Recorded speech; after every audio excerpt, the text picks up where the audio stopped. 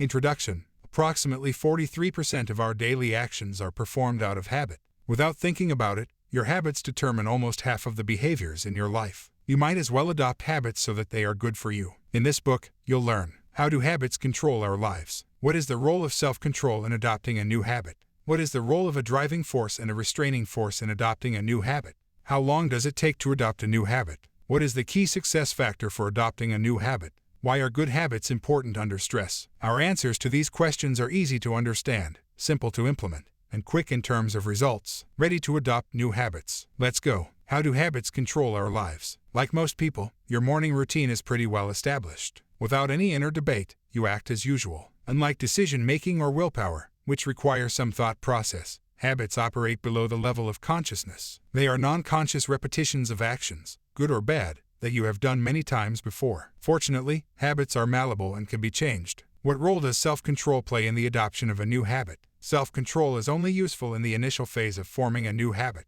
This conscious process allows the habit to form more quickly. But in order for the habit to become unconscious over time and not be abandoned, it is important to detach from the conscious self-control processes. To make a habit unconscious, we can be helped by our environment and its driving and restraining forces. What is the role of driving and restraining forces in the adoption of a new habit? According to Kurt Lewin, human behavior is determined by two types of forces. Internal forces, our emotions, such as fear and desires. External forces, the pressure of the world around us. Whether internal or external, these forces will affect our behavior in two ways. A driving force, which encourages you to act in a certain way. A restraining force, that discourages you from acting in a certain way. For example, the automatic launch of a new video on a streaming site is an external driving force because it encourages you to act in a certain way, i.e., to spend more time on the platform. On the contrary, laws prohibiting smoking in bars are an external restraining force because they discourage you from acting in a certain way, i.e., smoking in a bar under penalty of a ticket. In short, rely on your environment to make it easier to adopt good habits and more restrictive to adopt bad habits. If you want to reduce the amount of time spent on your phone, use an external restraining force. Lock it in a drawer and keep it out of reach. This mild inconvenience will discourage you from doing a certain thing, i.e., spending more time on your phone. If you want to eat less fat, use an external driving force. Place a bowl full of fruit on your table. This will motivate you to act in a certain way, i.e., to eat healthier. Finally, shaking up your environment will help you change your habits. Moving, changing jobs, or having a child are all life changes that provide opportunities to break your routine and try new habits. Think about it. How long does it take to adopt a new habit? Repetition is vital to adopting a new habit. In the beginning, it is important to consciously perform actions so that they eventually become habitual. There is no rule on the exact number of repetitions to perform. It varies from person to person and also depends on the difficulty of the habit in question. For example, if you used to never exercise, starting a new habit and going to a gym will seem more difficult than if you had simply stopped exercising for 6 months. And while this investment may seem difficult for a few months, the benefits of this new habit will have a positive impact throughout your life.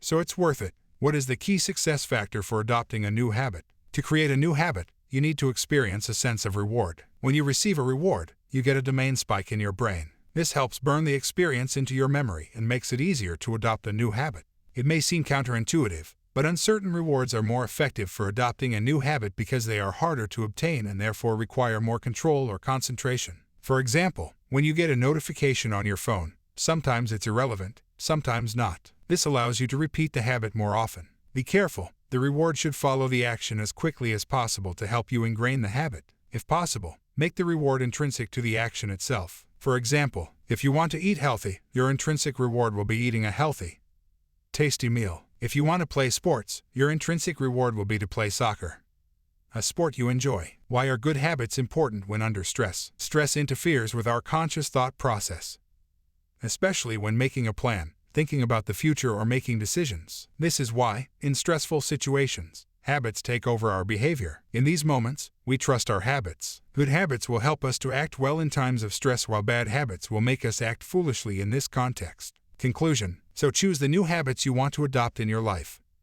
Repeat your actions, shape your environment, and reward your efforts. If you like the summary, click on one of our partner links to discover Good Habits, Bad Habits: The Science of Making Positive Changes That Stick by Wendy Wu in ebook, book, or audiobook format. And if you're not interested in reading further, we recommend you discover better than before. Mastering the Habits of Our Everyday Lives by Gretchen Rubin. Introduction. It is difficult to adopt a new habit if you don't have the right strategy that best suits your personality. If you understand who you are, then you can choose the right strategy and adopt a new habit more easily. In this book, you will learn which of the 4 personality types is most like you. What is the right strategy for the planning personality? What is the right strategy for the questioning personality? What is the right strategy for the obliging personality? What is the right strategy for the rebellious personality? What other tips do you have for adopting a new habit? How can I resist the temptation to give up a new habit? Our answers to these questions are easy to understand, simple to implement, and quick in terms of results, ready to define who you are so you can adopt new habits more simply. Let's go.